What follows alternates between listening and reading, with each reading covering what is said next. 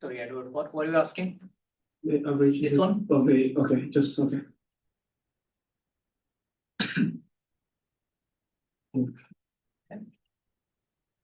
Then average of portfolio 1.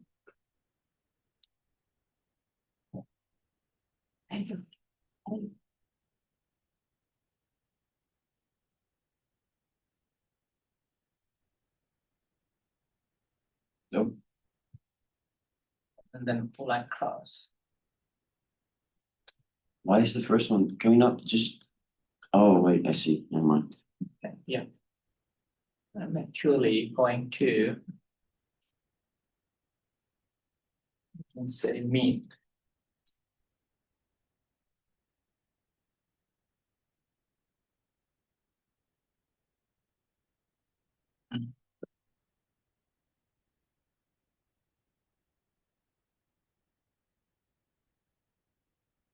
Standard deviation.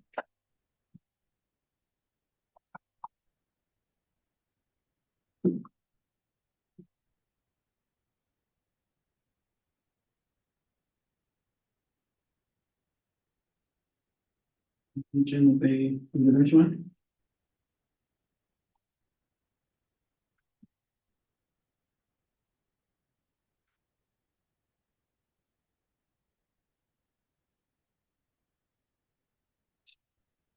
Bigger.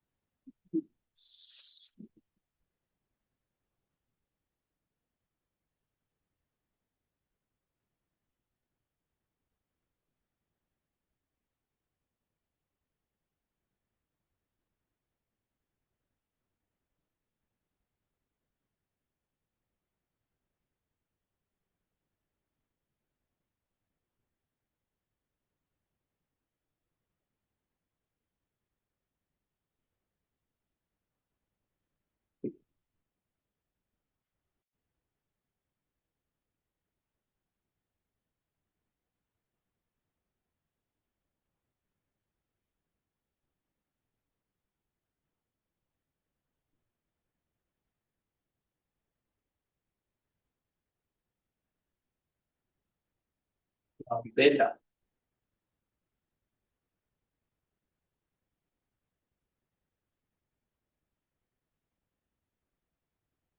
So to calculate beta,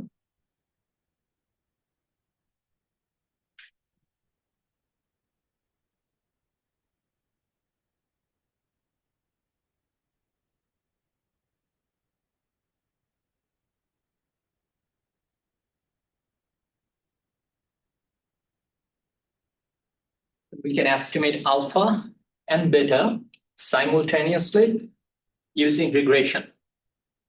We regress the excess return of the portfolio on the excess return of the benchmark. So when we say excess return, what does it mean? Return minus risk-free. Exactly. And when we say abnormal return, what does it mean?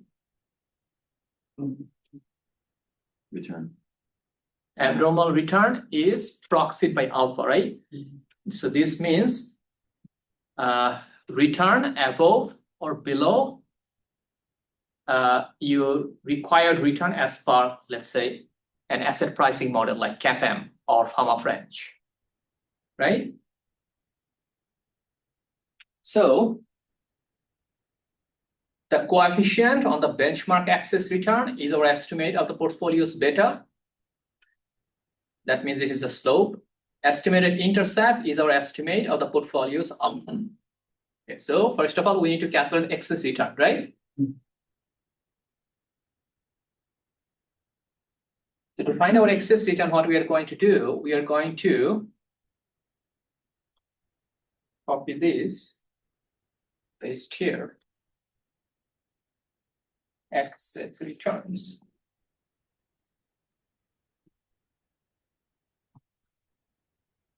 This minus this.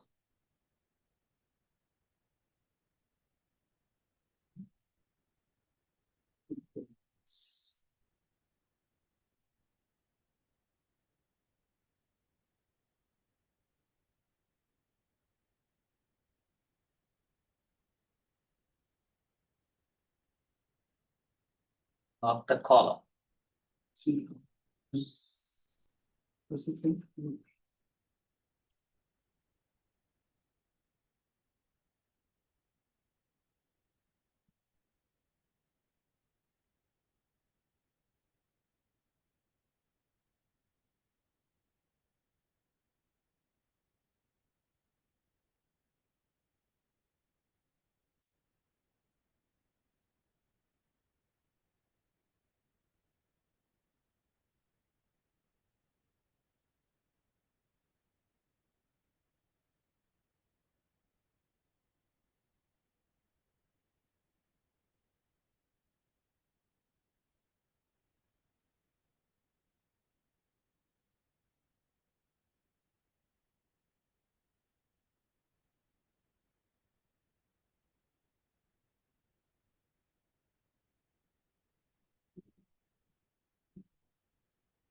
What? Everyone.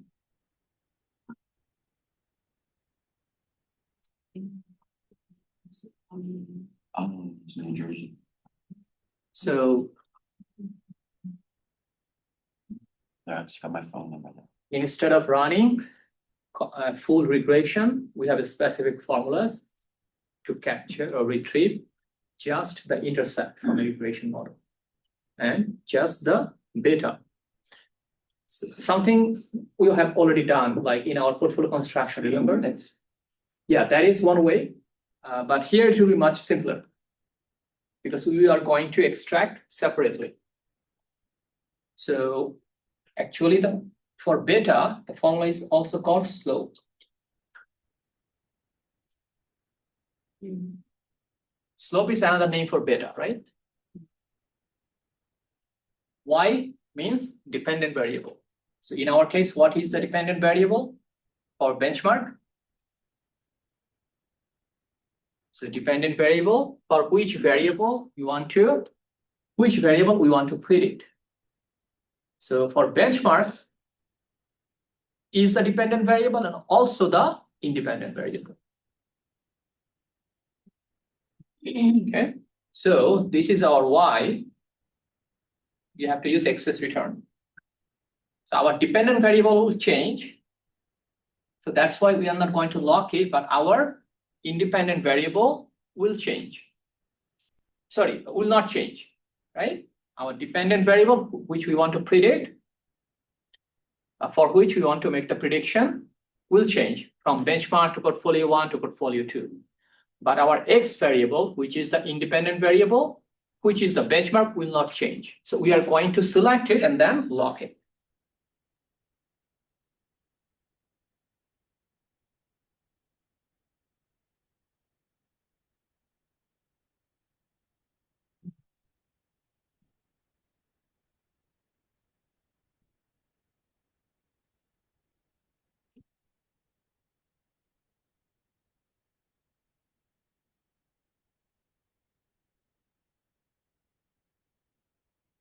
Okay.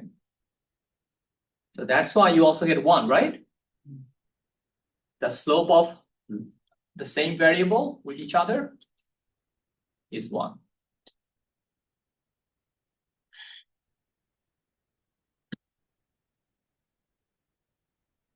Somewhere it talks about alpha. Okay, we'll calculate it. Let us calculate this here, actually. Alpha is equal to our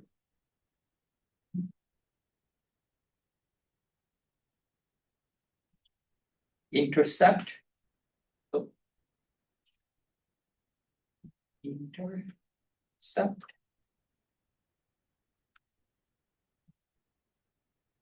otherwise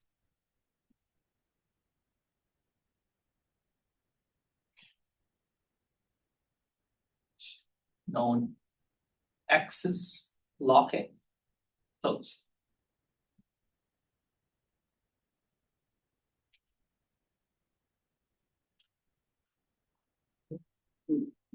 So look,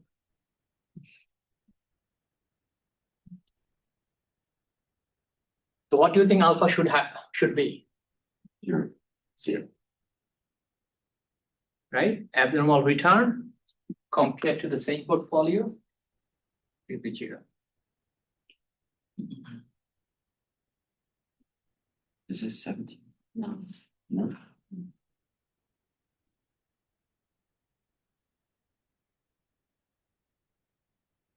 Did I make a mistake somewhere?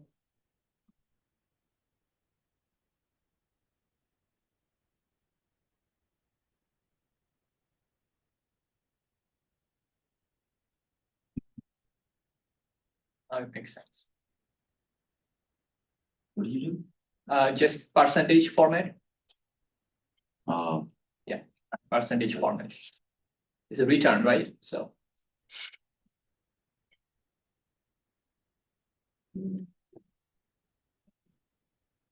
Yeah, 0.5.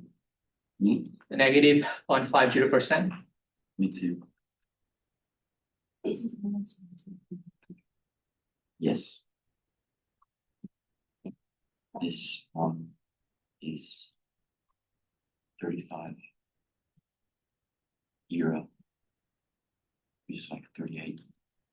I think it's 32 here in the US. Is everyone good? Numbers should be similar or a little bit different. You should get the same numbers. Yeah. Did you change it to percentage? Yeah. Yeah.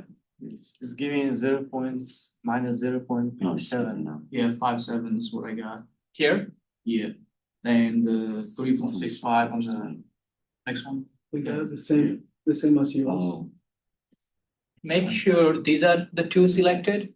Double click on this and see these are the two columns highlighted, 35 Yeah. euro. and you have the same numbers. This is $3,800. Yes. Yeah. Maybe. Is it 103 to 51? 103. Yeah. So you did not lock anything here, right? No, sorry. Football, yeah. I got the same number on the. Oh, Yeah, hold on, football. hold on. It's real football. And you locked it here. Yeah, Yeah, it's real football. well, on the second one, the second one, did you lock it? The second one, the portfolio one. Yeah. This one? The second one, 35%. No. Only $1 sign. Mm-hmm. But you got the numbers? Yeah, I fixed it. Okay, what happened? Tickets. I just removed $1 sign, that's all. The. I know if I can.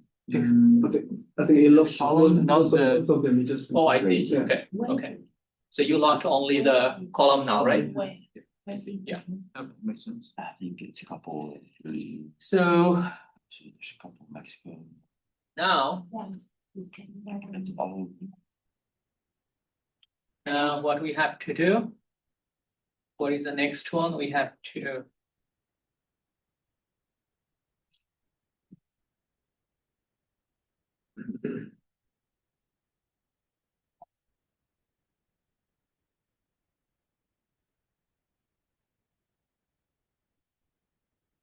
Shortfall probability. Do you remember where you saw this before? Oh, yeah. What does it mean, shortfall probability?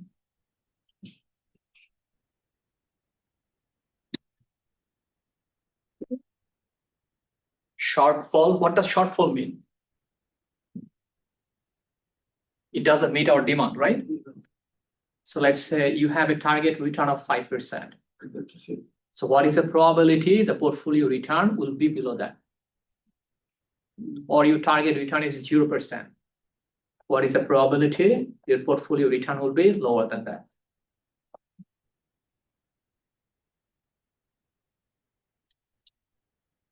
And this is the formula we have to use. So we are going to use normal distribution. H is our threshold value, the minimum return we want. This model is for multi-period. T means number of years, number of periods. We are working on a single period, so we are going to ignore P.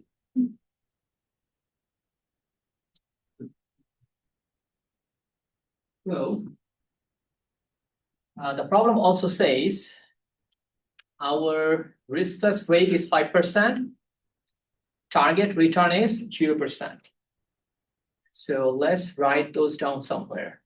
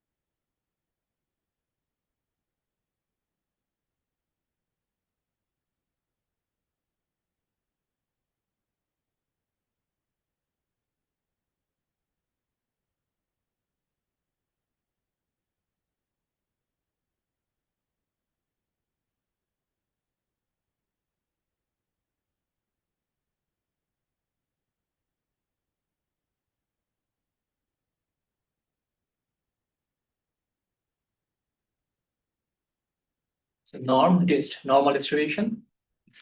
X is our target return. I will lock this.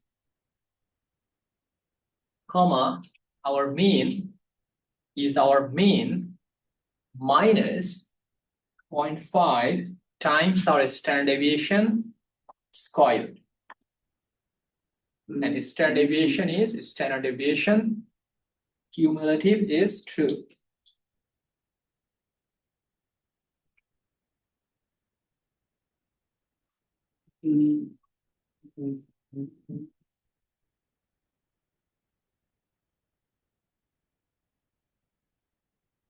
So what it means, this is a normal distribution.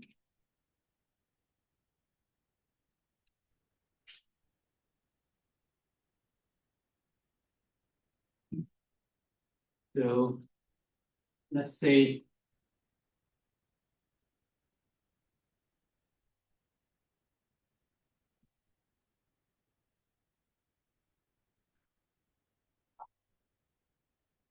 so this is return. Let's say this is 0%.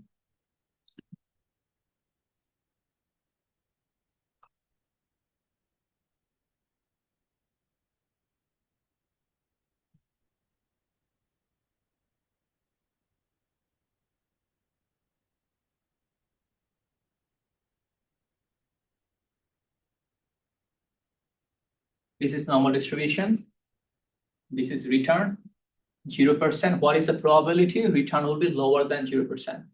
And this entire area to the left of 0%. That's why cumulative, not only the probability of having 0%.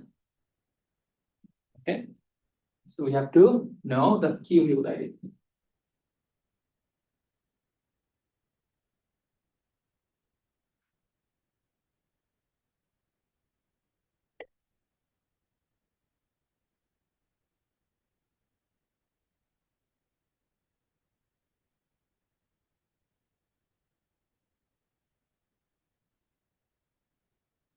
Now expected shortfall.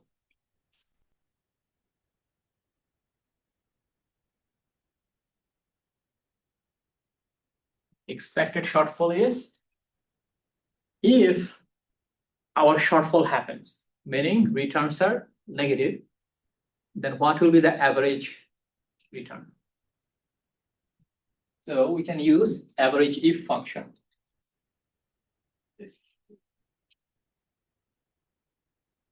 Remember to use this, not this.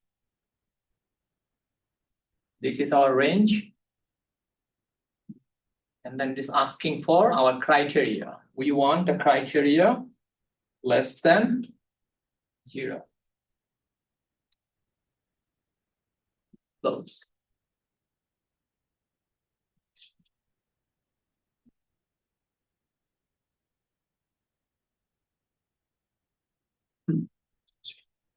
What is the average of all the returns that are negative? Full. Full. Full across, yeah. I get a. Oh, no, you can't. Need to fix it. Yeah, you can't, We cannot, right? because it's risk-free, taking risk-free. Yeah. So what we are going to do, Just change the. yeah, you can change it manually. Yeah.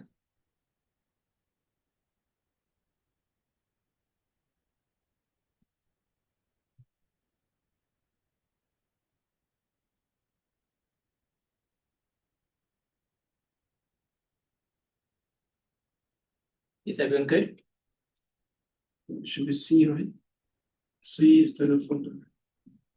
No, wait. How about if the second one? So yeah, I changed. This should be portfolio 1. Mistake C, should be C.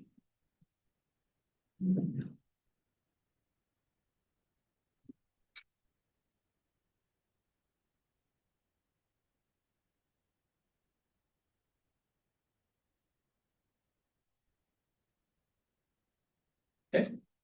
You're good, Edward?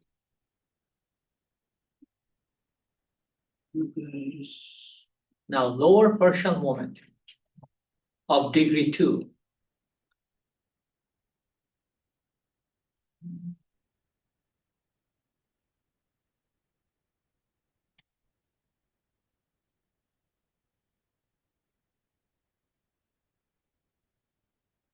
So lower partial moment is similar to variance. In case of variance, what do you do?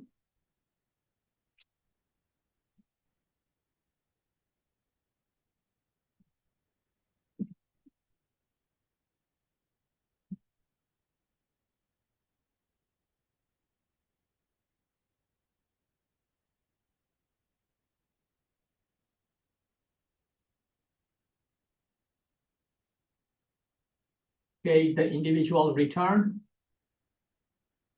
minus the average return, square it, do it for all of them, and divide by n minus 1, right? That is your variance. And then you take the square root, that is your standard deviation, right? But in case of LPM, lower partial moment, we are interested in return, not necessarily mean, not necessarily relative to the mean, but our target. In our case, what is our target return? 0%, right? So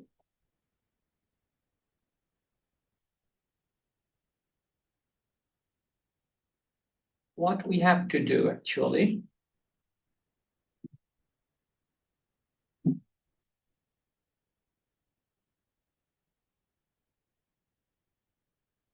lower partial moment, and then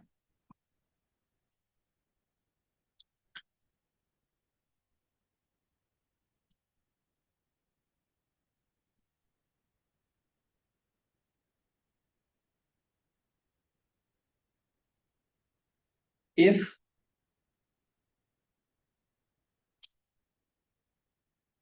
our benchmark return less than our target return, lock it. If it is less than, then open parent, our return minus target return, lock it, is squared. Otherwise, so comma, use empty, close.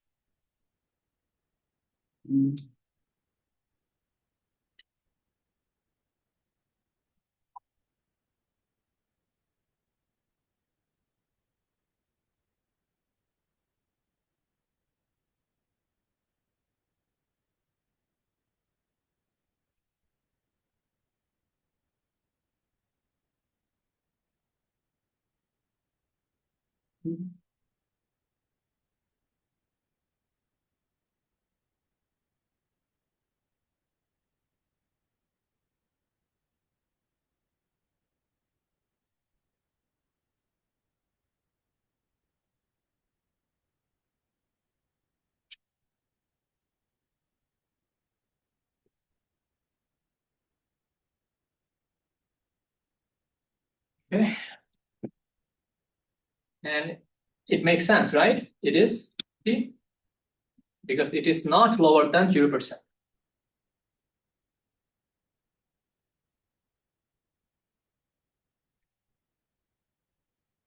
Similarly for portfolio 1.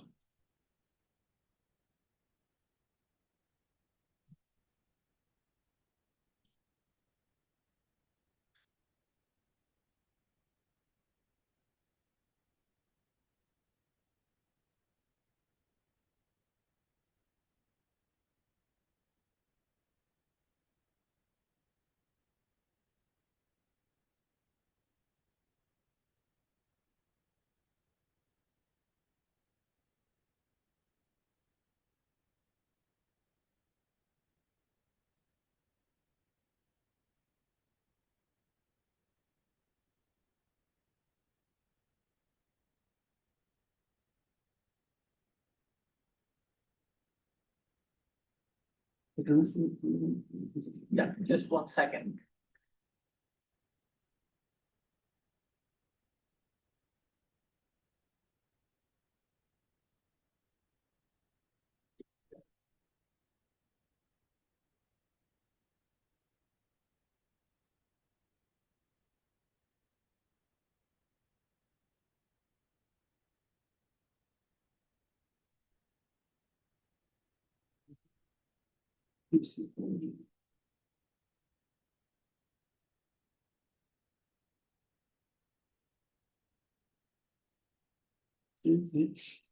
Something different. Yeah, convert it into percent.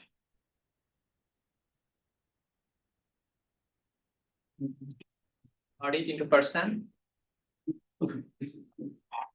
2 decimal place. And then- then you pull across. From here, pull across, and then highlight the row, pull down.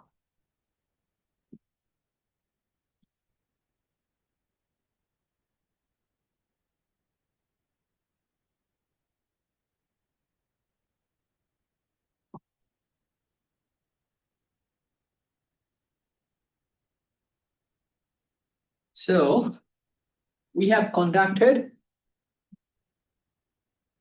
this part, right, individually, right, in each cell, the squared part. Now we have to sum them and divide by n-1 for the sake of simplicity.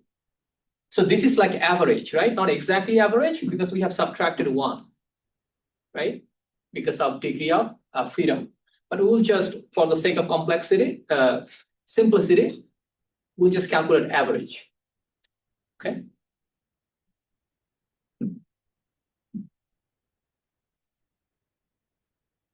That will be our lower partial moment of degree 2, LPM of degree 2. Degree 2 means squared.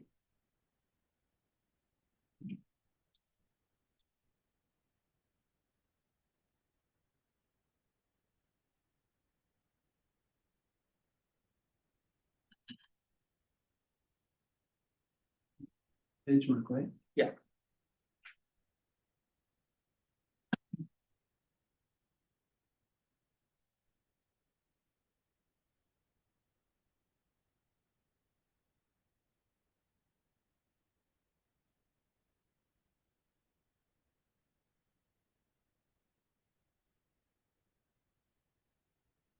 Downside risk. What is downside risk? Downside risk is the square root of the lower partial moment. So essentially what you calculated, in case of variance, what you do, you find out difference from the mean. So you are accounting for both the instances where individual returns are higher or lower than the mean return, right? In case of variance. But generally speaking, people are unhappy when returns are lower, not higher. So that's why in lower partial moment, we calculate variance only when it is lower than the target value.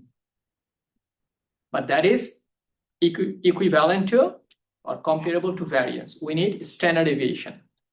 But we don't call it a standard deviation for lower partial moment, we call it downside risk because we are focusing on only return lower. Does it make sense? Yeah.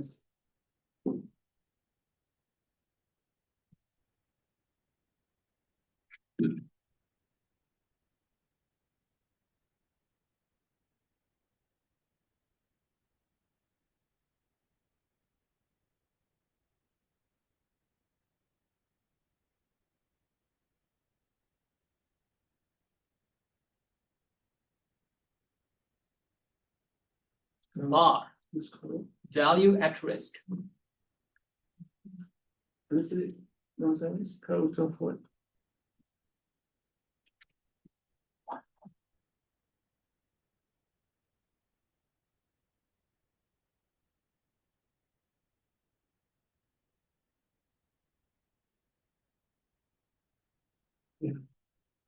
Okay. Now, there are two types of VAR, at least.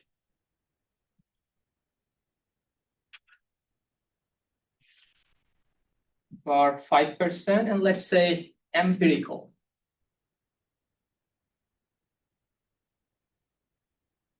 So VAR, value at risk. So that means what is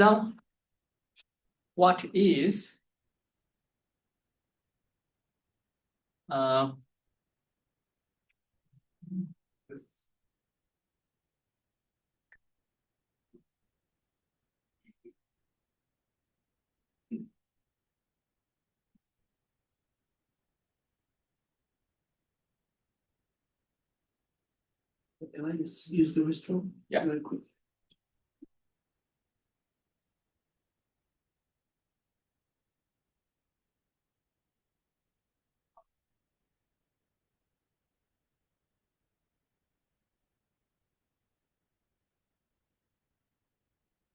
so it focuses on the lower tail.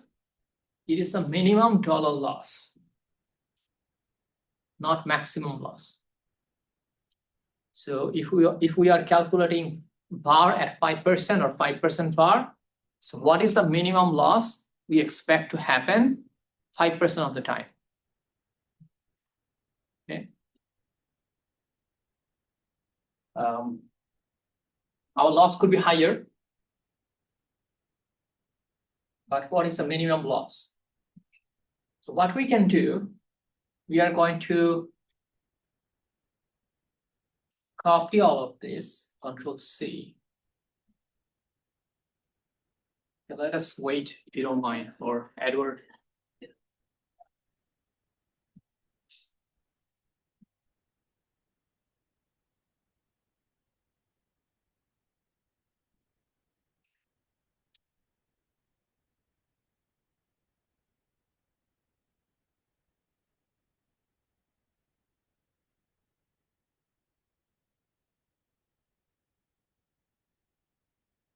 Did anyone follow NVIDIA today? They beat their numbers. Significantly, right? Yeah. But share price increased a little bit yesterday. But then what happened today? I didn't see today. It started decreasing. Oh, yeah? Yeah. The whole little market bit. declined Yeah. by low. So time to buy.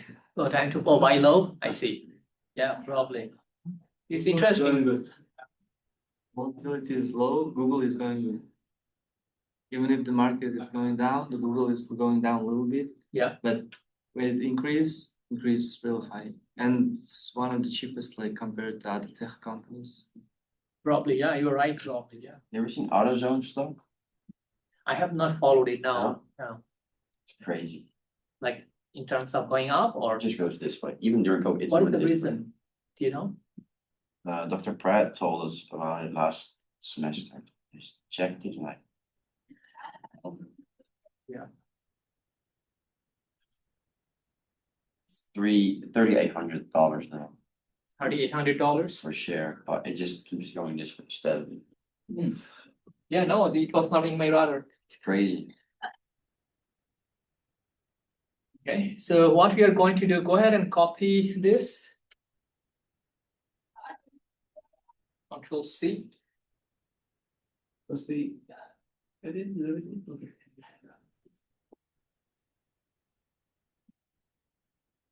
And let us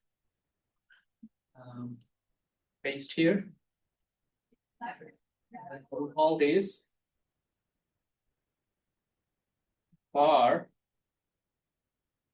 5% empirical. So empirical just means what do these data tell us?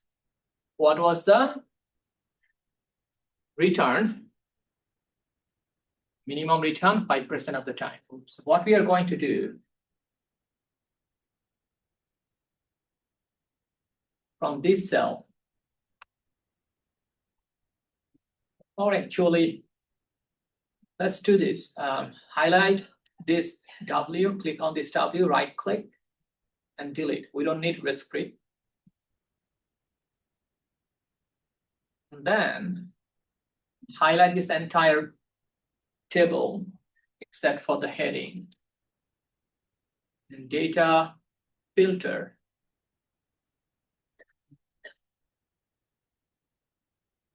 From benchmark, smallest to largest.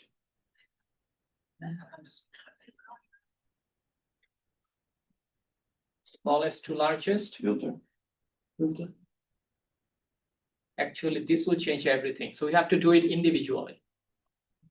Right? We want individual portfolio. So we cannot filter this way. So what we have to do. So we should go back. We can go back, or we are going to sort anyway. So Okay. yeah. So just take away the filter. Mhm. Now, from here, for the first number, select or highlight the entire column. Go to sort. Continue with the current selection. Sort. Uncheck this because we did not use header, smallest to largest. Now this will not affect the others. Similarly, this sort, continue.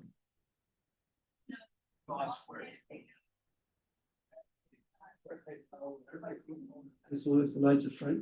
Smallest to largest.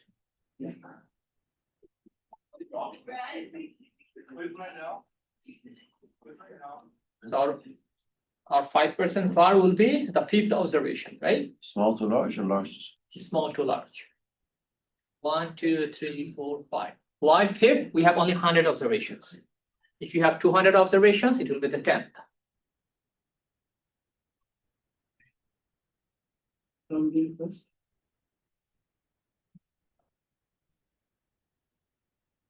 This one is here, Mhm. and then pull across. Why do I have different number? 7.77. Different number. Do you have the same sorting here? If not, sort it again. There is a number in between for some reason. You probably included the heading. This two. This one worked. But this one, Okay, good. So continue. Yeah, choose the continue option. Yeah. No, This you one? have to choose. Yeah. This one? Mhm. And then sort.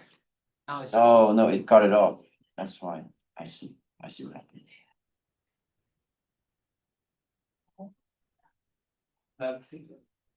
So yeah, go ahead, select, yeah, and then sort, continue, let's see, yeah, continue sort.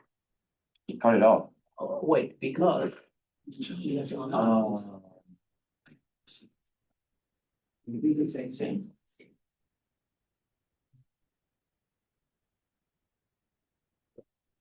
See if you have the same number. Sort. Continue. Sort. Now you have to uncheck that. There we go. Good. So if we have these numbers, now we have to choose the fifth observation, right?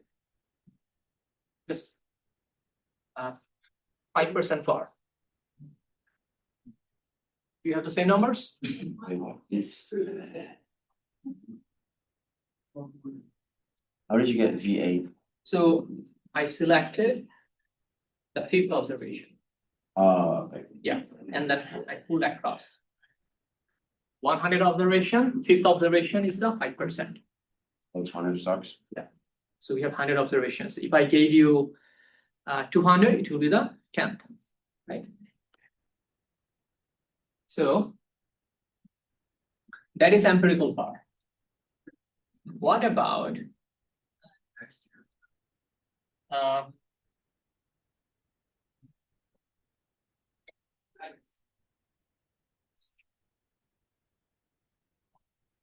Actually, yeah, let us just be happy with empirical part, okay?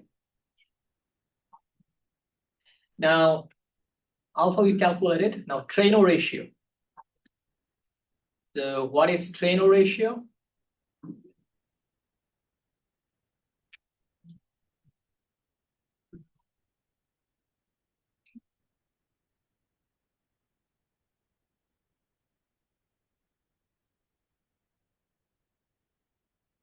So our mean return minus the risk-free rate divided by beta, right? We already have all of this.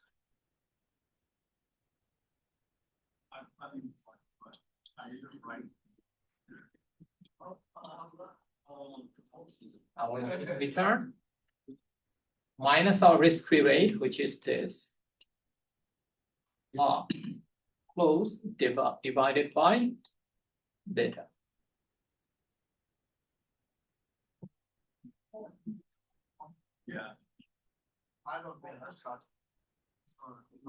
Divided by what? Beta. So.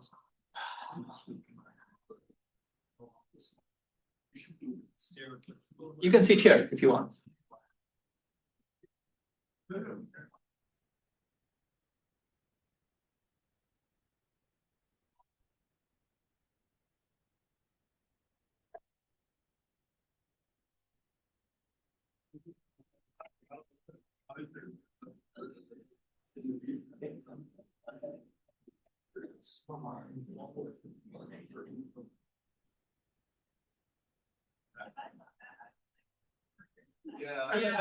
It sounds like a Team American Psycho. Not 2000 American Psycho. No, I was like, okay, wow. It's like, oh.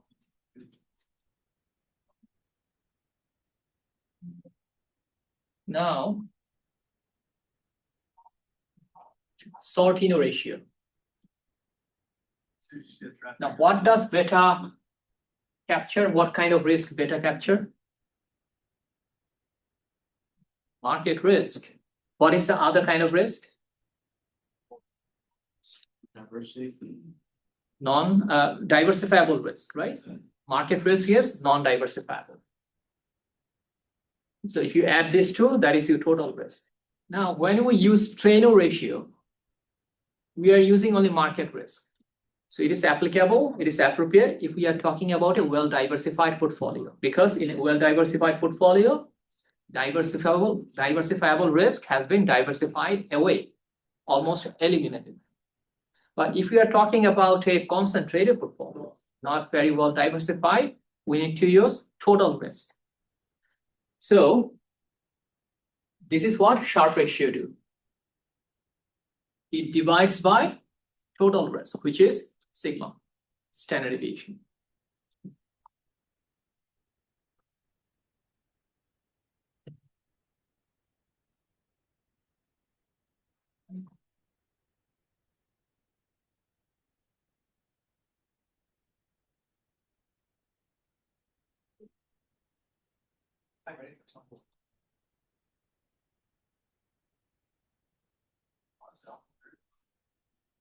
And she's emo. Last got to get yes. I'm joking. I'm joking. That was come on.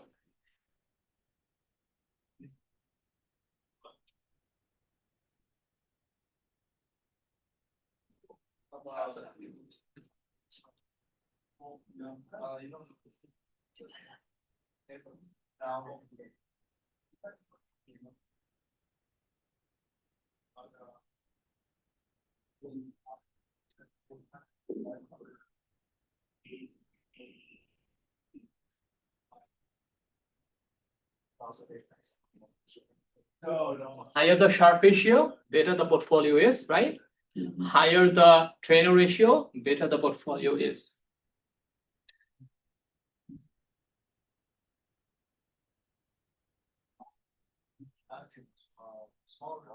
Now, Sortino ratio. What is Sortino ratio?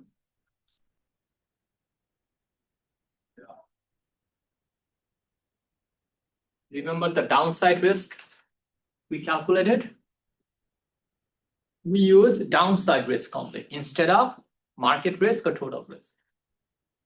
And also, instead of subtracting risk-free rate, we subtract our target return.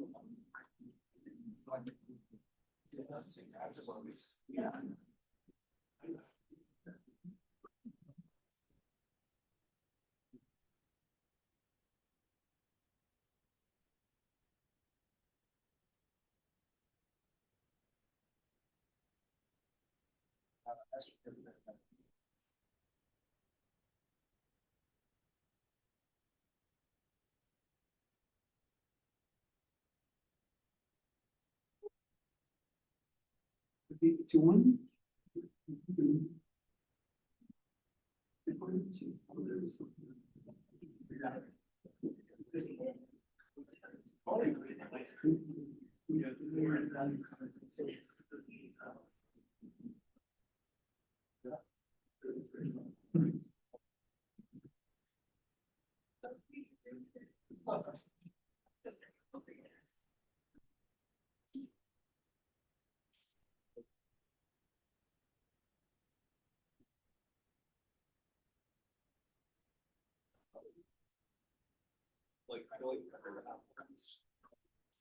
M squared.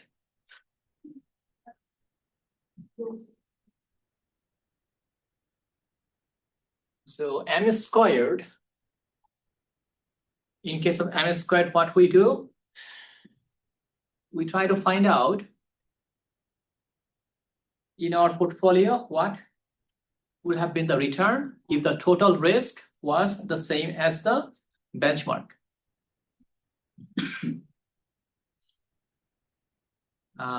Given the risk in our portfolio. So what that basically means,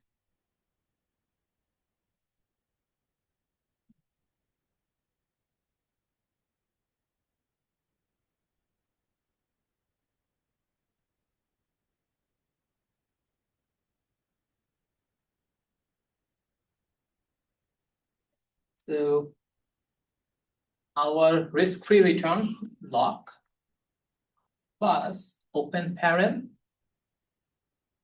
our return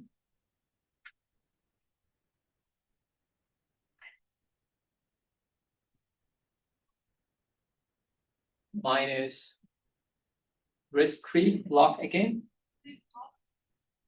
close, times the ratio of market return log, our benchmark is our market, divided by benchmark return.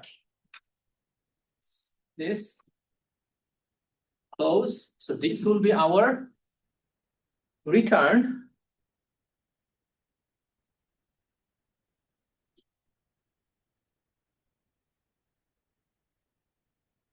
and what do you think should happen here? What should be the value of M squared? Positive, it will be exactly the same as 10%. This is our benchmark, right? And we are actually forming a portfolio like this one, which is this one, right?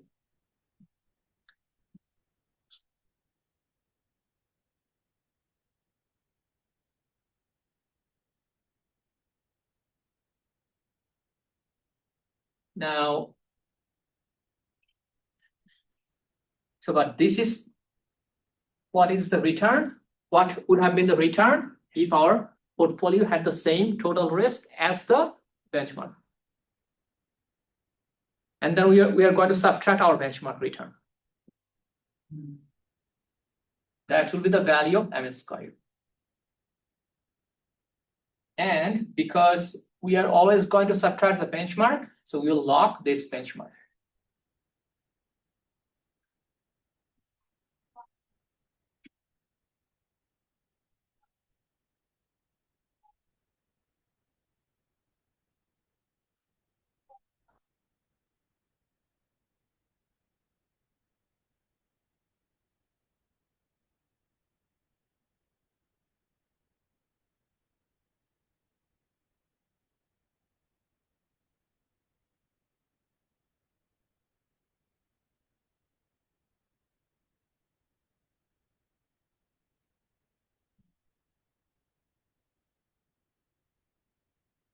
Okay.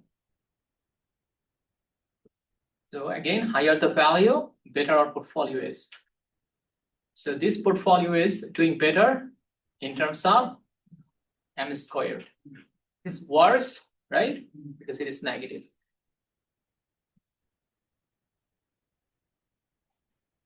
Okay. So that's your problem 2. We have a little smaller problem. This one, problem 5. We have to calculate the tracking error and information ratio. So this is our problem 2. Portfolio 1 is doing better than benchmark. Portfolio 1 is doing slightly better than benchmark based on this ratio. But based on this ratio, it is not. Based on this ratio, it is. So it depends on which ratio you focus on, right? If you are more interested in shortfall, then you will probably choose this portfolio, right? Lowest probability of shortfall. But if you are focusing on Sharpe ratio, you will choose this one. So depending on how you perceive risk, right? Now, problem 5, we have to calculate again what? Tracking error. So what is tracking error? We have to calculate active return and then calculate standard deviation of active return. What is active return? Your portfolio's return minus the benchmark's return. So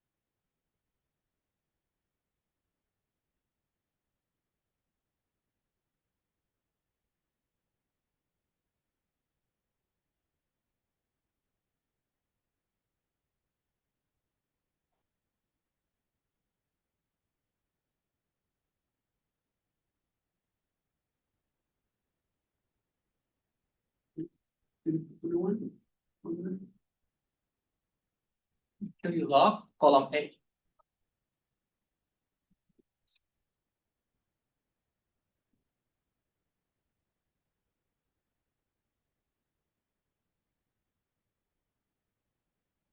These are our active returns.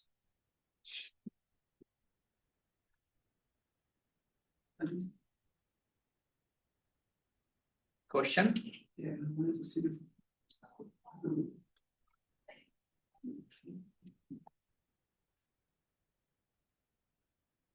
So these two delts.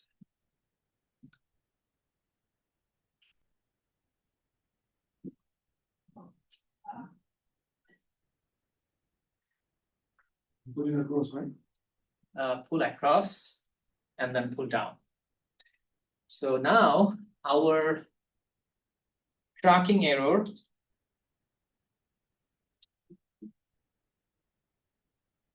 tracking risk, it will be the standard deviation of these active returns.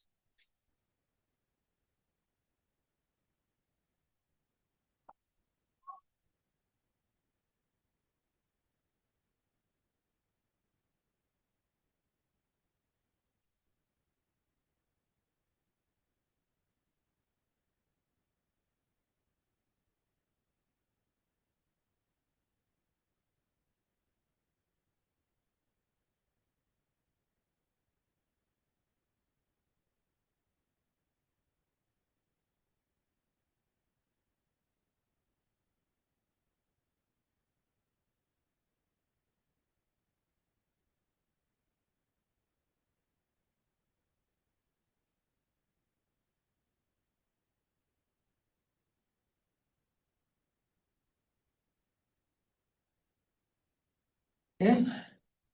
Did everyone get the same number? It's a standard deviation of okay, usually portfolio one.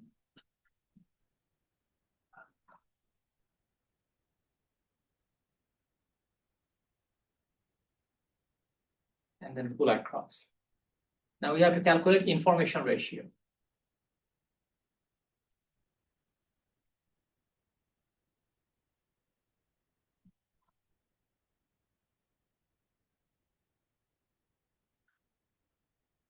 So what is information ratio?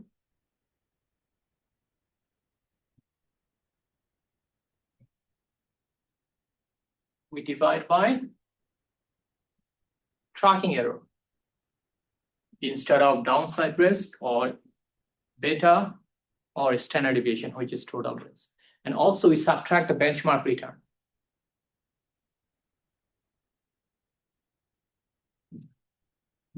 So our portfolio return was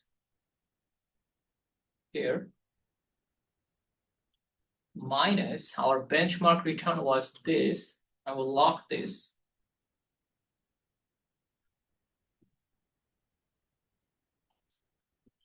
Divided by tracking error.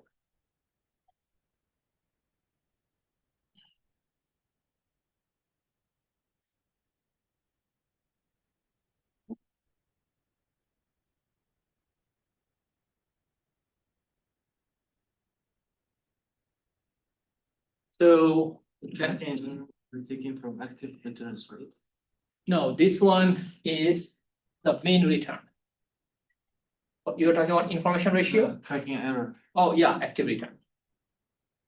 is different than. So do you have these numbers? Yes. On second one is different. So you probably didn't lock this column A. And then pull across and then pull down.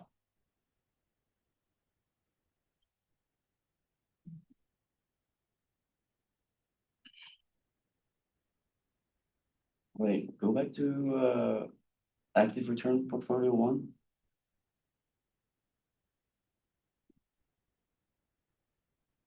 That's what I did. Remember to use this one, not excess return. Oh, wait. Never mind, I got it. So what does information ratio measure then?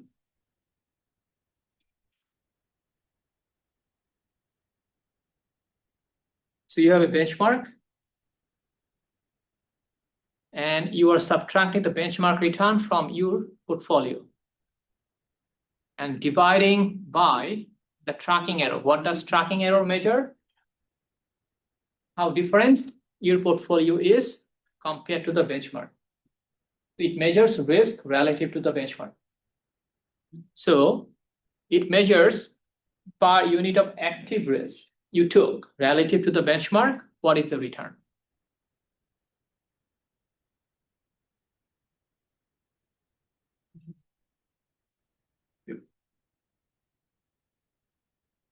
What do these results imply about the skill of each manager?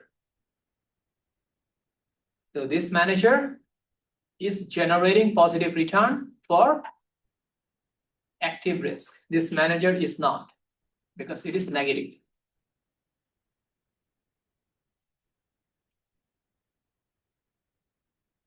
Can I just see the information ratio one more time? Yeah. See.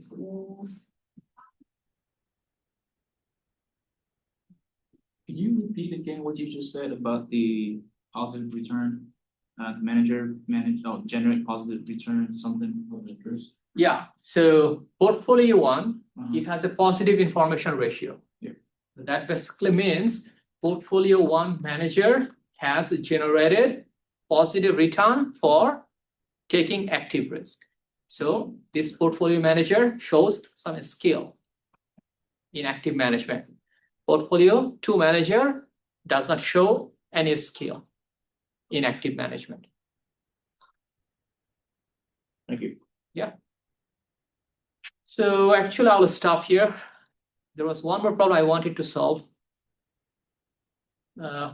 but I'll just stop here.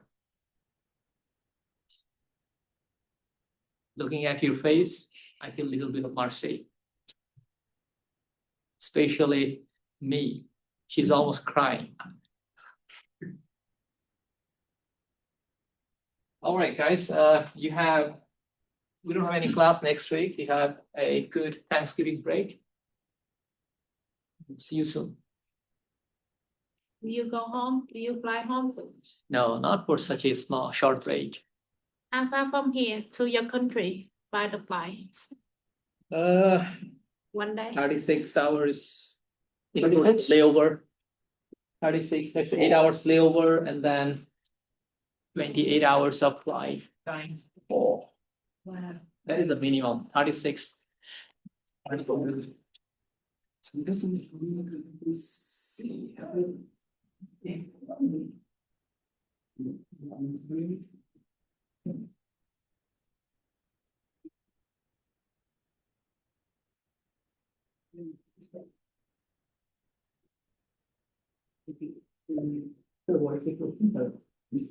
Please send it to me. Huh? Please send it. Thank you very much.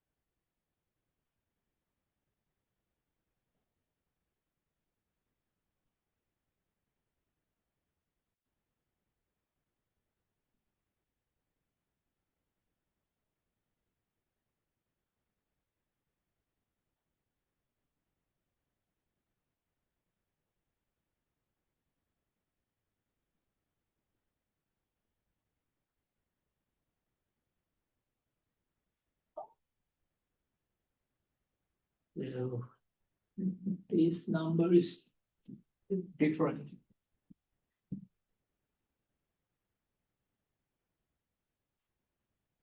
Do you have these numbers? At the very, This one? Yes, I have this one. at the very end. 27.79. 49, 35. Yeah, you do have the same numbers. And then you calculate active return. C4. Oh, I see, you locked both of them. Okay.